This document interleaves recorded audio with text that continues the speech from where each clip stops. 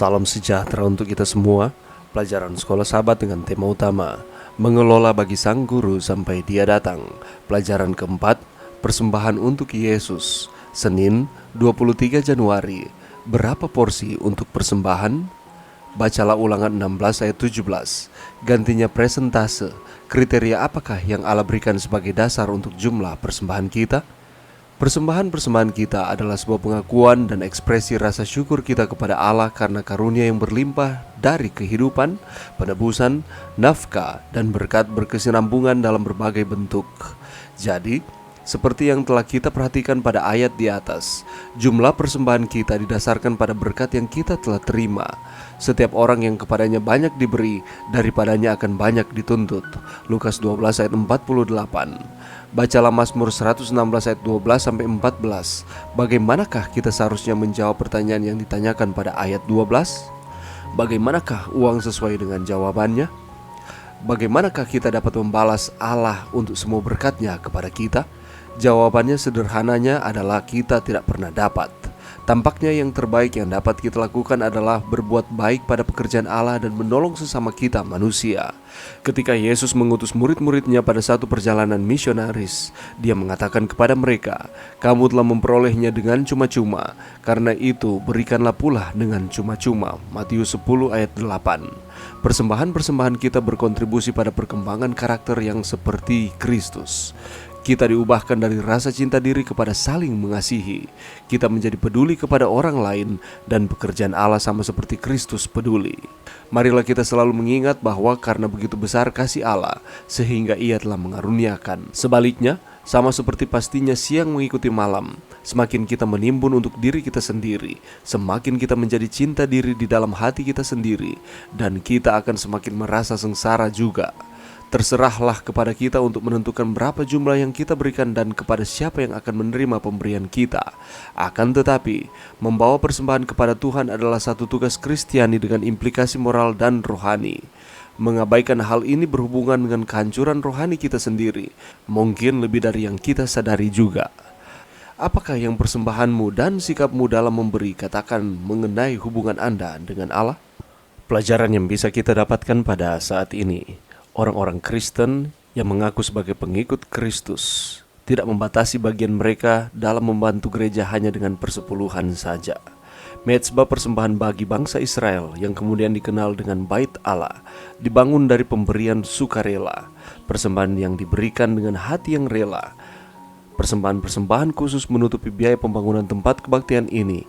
Barangkali bangsa Israel yang paling banyak memberi, dari 1/4 sampai 1/3 penghasilan mereka diberikan kepada agama dan maksud-maksud yang bersifat kedermawanan. Apakah dengan turut sertanya memberi dalam jumlah besar dan berat itu membuat mereka jatuh miskin? Justru sebaliknya, Allah berjanji untuk memberkati kesetiaan mereka. Kita boleh lihat itu di dalam Maleakhi 3 ayat 10-12. Begitu pula di zaman kita sekarang ini, Allah meminta kita supaya kita memberi dengan murah hati sebagaimana Ia telah memberikan kemakmuran kepada kita. Pemberian dan persembahan diperlukan untuk membangun, memelihara, dan menjalankan jemaat, juga untuk mendirikan lembaga pengobatan sebagai tugas misionaris dan menunjukkan makna praktis dari Injil itu. Apakah kita harus memberi seperti bangsa Israel memberi?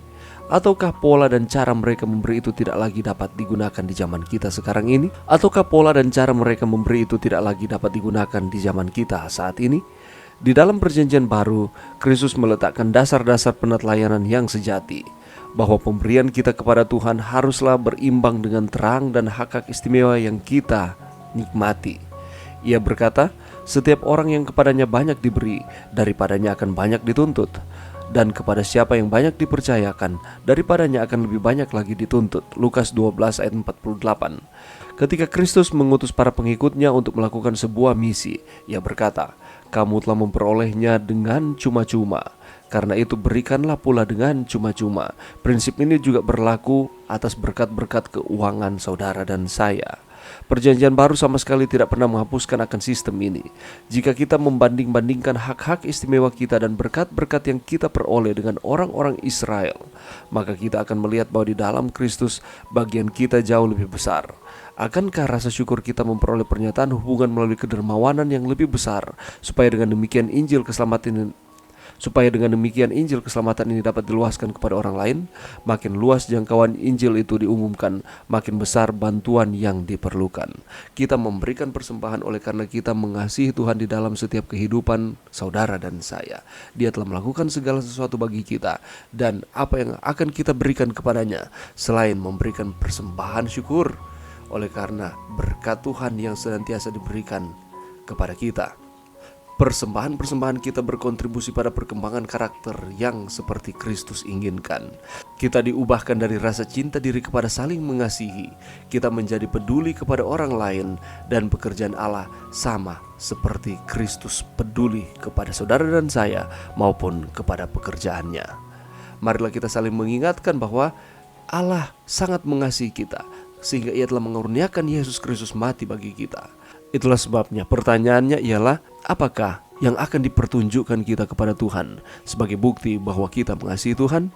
Terserahlah kepada kita untuk menentukan berapa jumlah yang kita berikan dan kepada siapa yang akan menerima pemberian kita. Akan tetapi, membawa persembahan kepada Tuhan adalah satu tugas Kristiani dengan implikasi moral dan rohani.